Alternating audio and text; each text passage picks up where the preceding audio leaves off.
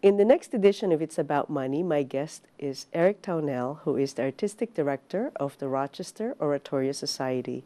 Please join me in the next edition of It's About Money. I'm Nannette Nocon.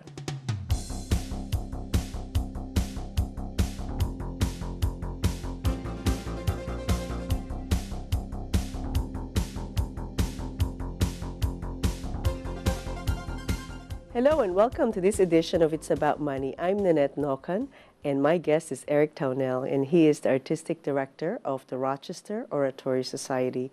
Eric, thank you so much for being here. Good to be with you, Nannette. Thanks for inviting. So the Oratorio Society has been around for a long time. Give us a historical perspective of the group. Right, it's 70 years old. We are coming up to a big anniversary.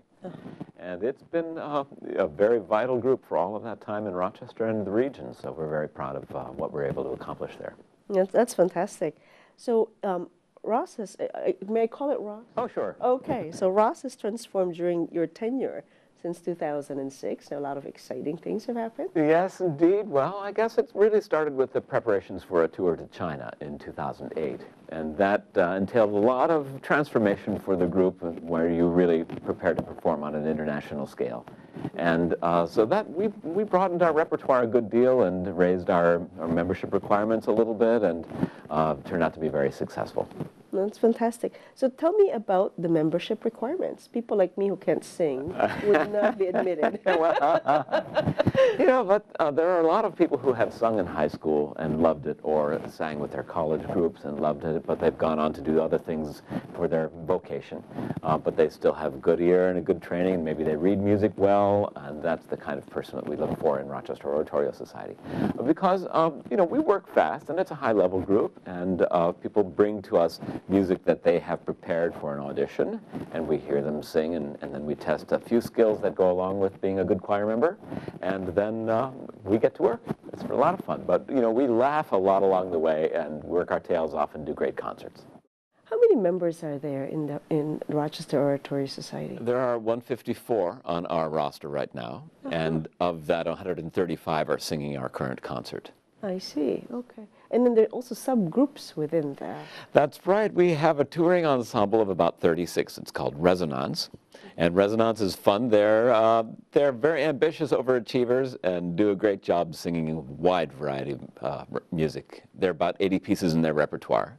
They sing many of them from memory, and they're season appropriate or occasion appropriate, or maybe for civic events or private parties and that sort of thing. So that's what Resonance sings. I see. So a group might be requesting for Resonance, may request for Resonance to sing at their event. Yeah, exactly. I see. Exactly. I see. Okay, that's great. So they're busier than the normal season. And we just sang a nice little private party in Turning Stone Casino for 800 guests for the Carbone Auto Group. So we travel pretty widely and do some fun things. Oh, that's fantastic. Yeah, that's great. really great. Now, the people who are, like you said, they have vocations, so really they have their day job. They have their day job. Plus right. they do this. So most of the performances are in the evenings, or how does that work? I mean, yeah, rehearsals and performances are evenings and weekends primarily. And then, but we have many music educators among our members, and others with flexible schedules, so that if something comes up during the day, often we're able to go and perform for that. For instance, when the big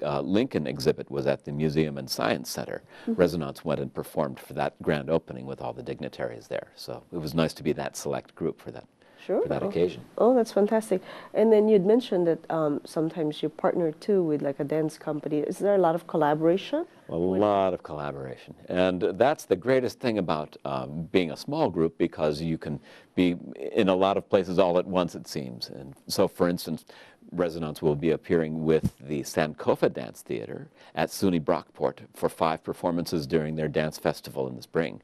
And that's a wonderful place to be singing, because it's a huge audience and a very interesting, colorful occasion, and so we're delighted to do that. Oh, that's fantastic. So a lot of opportunities to do a varied type of program, and repertoire being so wide, selections depending on the type of event. True.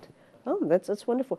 Tell me about the age range. Is there what is the age group or range of the singers? Well, it really is 18 to 80, or even slightly less than 18, because the Oratorio Society, since I came, has started a program called the Choral Scholar Program. So if a student is 16, sings like 22, reads and has the maturity to maintain a rehearsal schedule, then we invite that young singer to join us for a rehearsal schedule, one 9-week period or 8-week period during which we prepare a concert.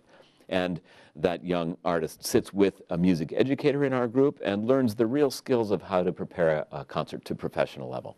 Ooh. So it's great. It's called our Choral Scholar Program, and people are open to apply for that.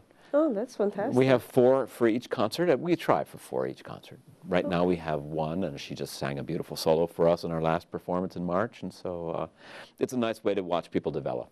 Oh, very nice. A great experience. Great experience. And great for the teachers also. And we make lifetime friends. Yeah, beautiful. That's great.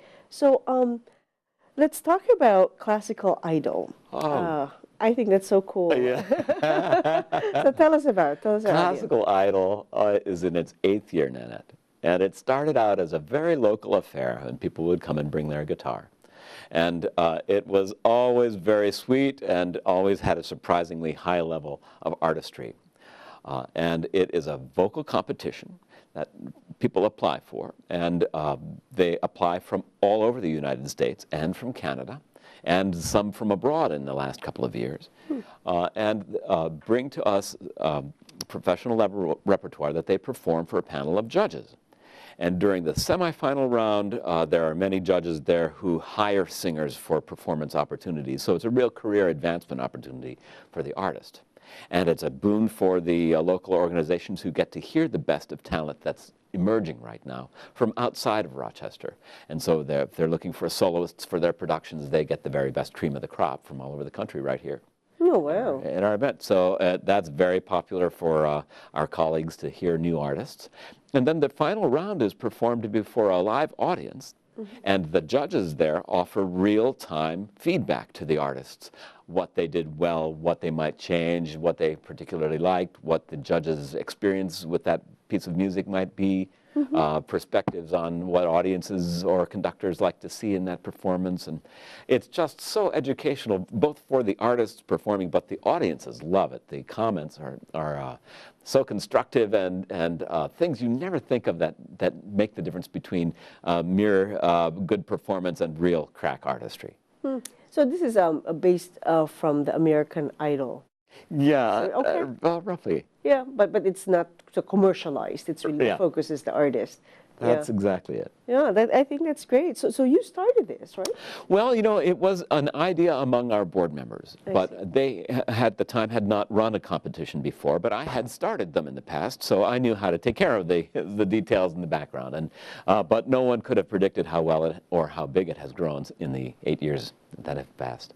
And then for the judges, how do you get the panelists, the judges and panelists? They're colleagues of mine that I locate or contact and say, you've got to come hear these singers. And, you know, they come and really at their own expense. We don't pay them very much to come at all, but they hear everybody in 2 days.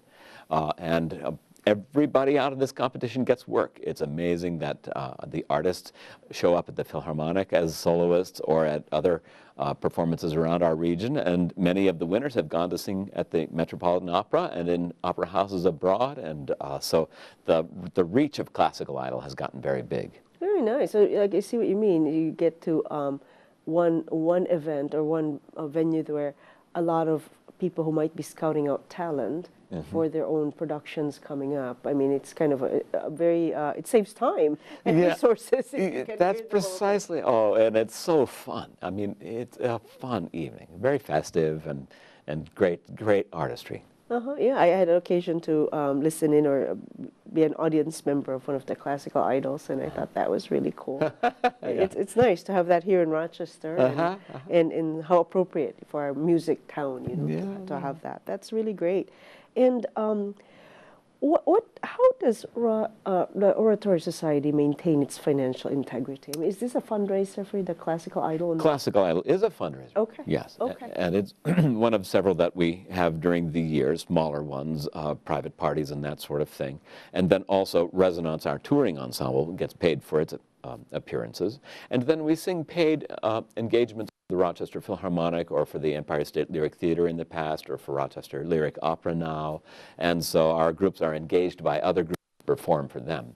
I see. Okay, I see. So it's not like, because the singers aren't really paid when they sing. No. On your it's because the passion for it is what brings them together. Right. But you still need to raise money for the rental of the venue and advertising and all the other things that are involved in running an organization. Yeah, some corporate support and some very good grant support, and So are there other so you said there's some smaller fundraising programs that are done in some people's homes and things like that. Yes. Right? So really on a smaller scale, but how much of your fundraising efforts does Classical Idol fulfill? Is that a big portion? That's a big portion of it, yes. That's a big cut every year. And I'd say that's maybe 20% of it. I see, I see. And so you talked about the tour to China when we opened it. Yes. And you've had a repeat or having a repeat of that, right? Yes. So tell us more. We're touring to Eastern Europe. Very excited about it because we will start in Austria, where we will have a rehearsal with the children's choir there, just as a way to get acclimated and sing with a nice group of upcoming voices. And then we'll tour to the Czech Republic and sing in several of the smaller cities outside of Prague, where you really get to know the people and sing in beautiful facilities, the kind that we don't have much of in Rochester, and sample the local history. And then we'll actually sing in Krakow, Poland, Rochester's sister city, and in a very famous facility there, a music academy with a fantastic concert hall.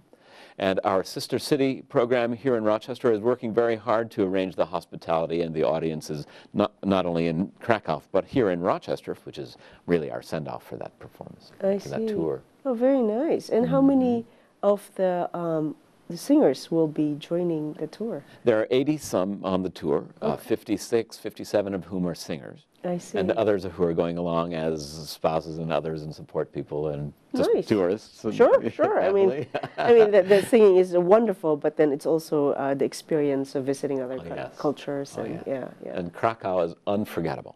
Is it? I've never been. And, it has an old city that goes way, way back, and we'll sing it in a church, or at least tour a church where in the basement there is a worship site from 1100 years ago. And, we don't have that kind of antiquity in our worship sites in the United States. It's just a completely new experience, and wonderful to do. Oh, that's terrific. That's very exciting. So we're going to take a quick break, but I've been so delighted to hear about the different things going on with the Rochester Oratorio Society. And my guest is Eric Townell, the Artistic Director, and we'll be right back.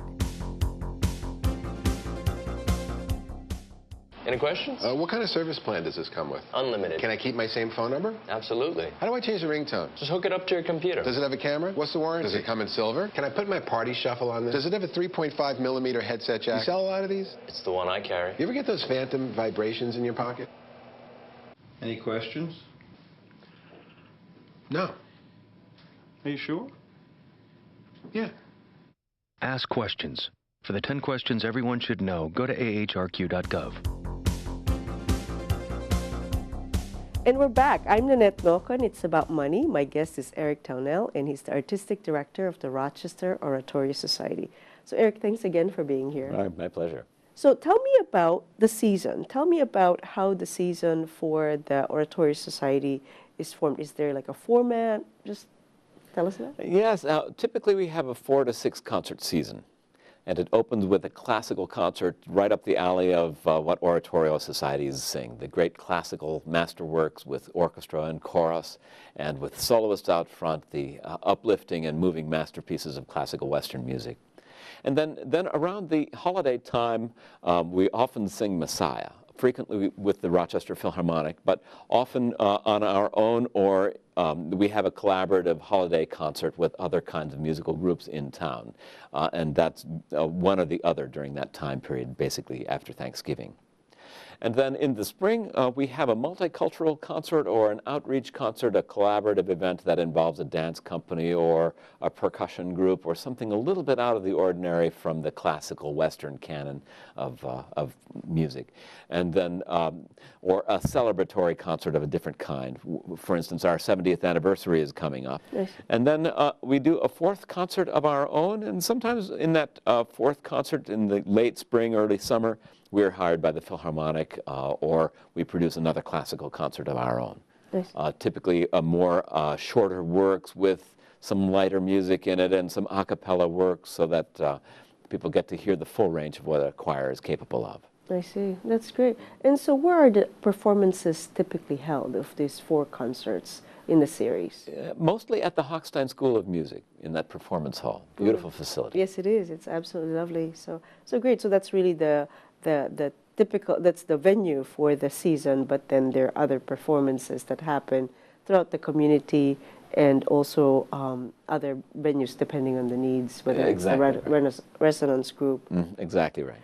So I was reading that Ross covers about a 77-county area in Western New York. Yes. How far is that reach? I mean, how? Well, you know, it's we have members who drive from Dansville and Sodus and Buffalo region, and they come for you know, a drive of about an hour to rehearse every week with us and to perform everything we do. It's astounding the dedication and the time and energy that takes, but it's such a special experience that people are willing to make that drive. And that reflects our concert region then also. For instance, we performed with the Rochester Philharmonic Orchestra at CMAC in Canandaigua this past summer, which was a wonderful experience. And then we stepped outside of our region to perform at Chautauqua for one of their sacred song services.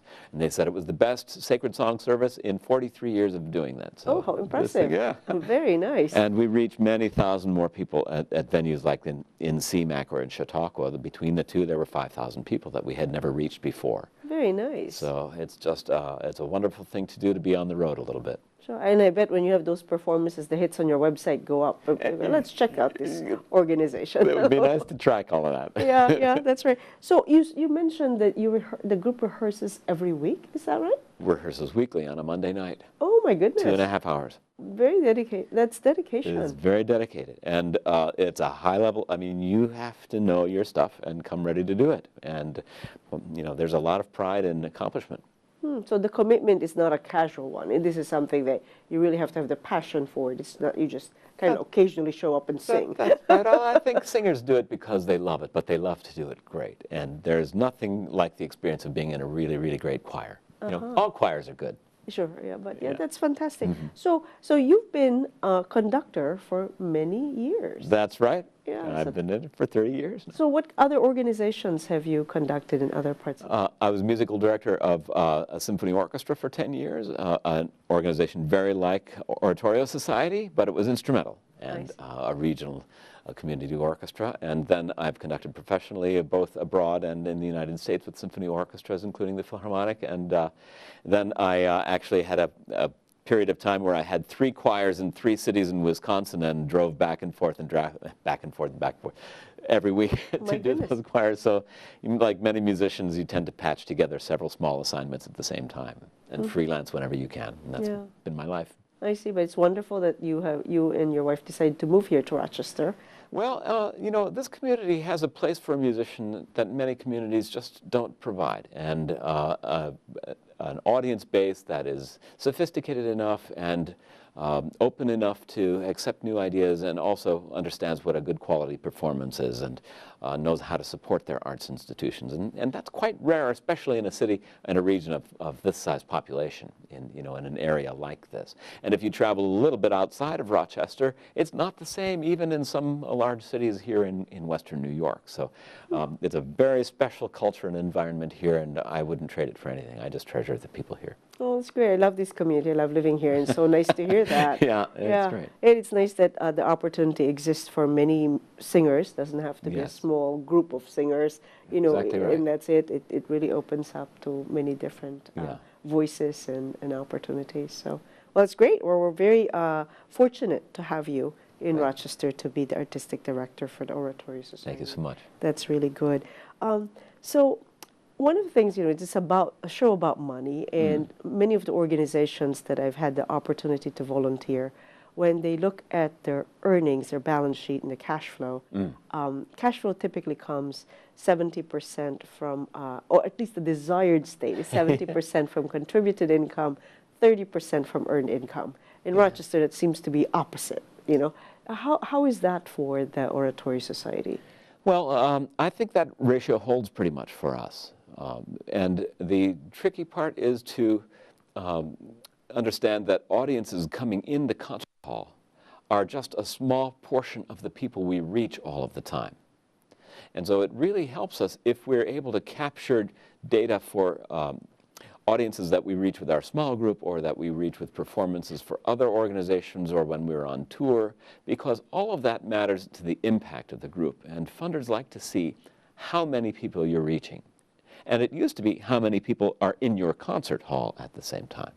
But, more and more since 2008, it's been a trend nationwide, even globally, where the audiences actually attending events has been declining little by little, but, nonprofit organizations have benefited by expanding their reach outside the traditional concert hall, and that's exactly what we've done. And so it's an important effort for all nonprofits to track who you are reaching and try to get that data as clean as you possibly can. I see. So it holds true that 70% of the budget comes from earned income. Earned income. And then the 30% from contribution. And we sell some merchandise. Oh, okay. But a lot of it is member contributions. I see. Or contributions that they attract to the group. And a good percentage comes from projects like Kickstarter campaigns that we run, depending on what the project is at the moment. I see. Okay, a Kickstarter has been a great, that those crowdfunding mechanisms have been good to attract people who may not have known, and the commitment is not, it's for that project. Yes. And they could choose not to do it on an ongoing basis if they didn't want to. So does Ross have recordings as well? Yes. Typically, we don't sell a recording because we use union musicians to perform for us. I see. And in order to have a commercial recording for that, there's quite a lengthy and costly negotiation that goes with that. But there are recordings of our a cappella performances that we can make available to people, and that we stream excerpts of on our website, which is rossings.org. And we let our members have samples of those kind of works that we have the rights to duplicate, so that they can track their work and also have a keepsake of their performances. I see. There's a lot of intricacies with recording when the union rules and things like that you have to abide by. Yeah, it makes it complicated. So you want to you don't want to violate it, but then you want to provide the opportunity for the singers to use it, like you said. And we always need a recording for a grant sample or something like that. And fortunately, our union musicians are very understanding about the need for an archival recording, and that's almost always permitted. So. Oh, okay. Well, I didn't even think of that. So archival recording then can be presented for grants and other... We rely on those. I see, I see. Are there grants that come into the community? I mean, there are local funders in town. Yes. So we're very fortunate to have many foundations, most recently the Farish Foundation, having quite a bit of money to grant to organizations. But are you able to secure funding from from national or regional or state organizations, or has it been more focused around the Rochester area? No, it's been focused around the Rochester area. Okay. Not that will always be the case. Yes. Okay. But we work with the Arts Council and their decentralization grant program. They receive money from the state with the responsibility and authority to distribute that among the local arts organizations. And we've been we've benefited from that program several times over the years. Oh, that's great. That's great. And then in terms of the organizational structure of Ross, you've got volunteer singers. Are there tell me about your administration and administrative support. I mean, every organization needs that to happen. You're the artistic director, but are there other people involved in the organization? Yes, we have one paid administrative staff member, an arts administrator. I see. Very, very competent person with her hands very full. I bet. And we have an active and engaged board. Many of our board members are singers themselves, so not only are they doing the schedule of performances, they also sing in resonance, the small group and the schedule and the preparation and the rehearsals that go with that and performances, and then they're serving on committees or actually being our board leadership. So we have an incredibly dedicated group of volunteers. It's astounding what people do. It sounds like it, and it sounds like Yeah. everybody's having fun. It's fun. It's fun. Yeah, and that's important, you know, if you're putting your time and effort in and raising money and all that. I think that's great. So it sounds like you really work with, are able to do a lot of things with a small administration. I mean, if I think that's precisely it. You know, that's the trick to it. yeah, that's terrific. What do you see in the future for the Oratory Society? Is there something that, I mean, there's this big program coming up, and that's the Eastern European tour in 2014. What other aspirations do you have for you and the board, perhaps for the future of Ross? Well, we've just received just this morning another invitation to perform at Chautauqua Institution, and if everything goes as planned, we'll be back there, which would be a wonderful thing. That's and then we plan a whole year of 70th anniversary celebrations, a whole season coming up in 2014, really 2015, 16, that time period, during which we'll be doing monumental works that show our history and pay homage to the people who've made us great over all these years. Oh, that's fantastic. Yeah, it's a lot of fun. Do you keep adding to the repertoire, or it just kind Very much, yeah. It used to be that the standard pieces were all you needed to do, and that if you did this great masterwork, people would understand and recognize what that is, and they would have the background to understand it and appreciate it, and they would come out and fill the hall, and there was less need to justify its existence or your reasons for performing it. But now, you know, those standard works are less of a draw, frankly, among the typical concert audience that has a lot of demands on their time and attention, and who get their entertainment from a lot of different sources, including sports and streaming and all the things that didn't exist even 50 years ago or 70 years ago when the Oratorio Society was founded. And so you have to mix your repertoire with shorter pieces that are accessible to audiences who don't come with a lot of arts background, and that you can make enjoyable to them through some curatorial content in your concert, some good program notes, or some chats about the repertoire on your program. And then the standard masterworks that your Philharmonic audience is going to know and recognize and love and wish to hear again. And then some adventurous pieces that include segments of the population in Rochester that make up our area, and you can't have them left out of your equation. You know, a lot of the population is just don't have the experience of coming to classical music, classical choral music, and don't know what the impact and effect and great beauty it can convey. So we work very hard at doing music they will recognize and enjoy and appreciate, and sure enough, we've seen greater diversity in our audiences and larger audiences in the door, and also a growth in the number of opportunities that come for us to perform elsewhere in their communities or with their dance group or that sort of thing. So diversity has been a major stride for ROS, and I think for every arts group, and that I think we will continue for the next 5 years for sure. That's great. It's great, like weaving in those new and old pieces, and like you said, different groups' interest, and just putting it all together. Yeah. Can open up different doors. Yeah, In a that's nice wonderful. mix. Right, because you want to keep it alive, and and there's really a lot of beauty to being at the experiencing a live performance instead of just having it in digital format online. So, yeah, very nice. That's great. Well, you've done a remarkable job. I think it's great.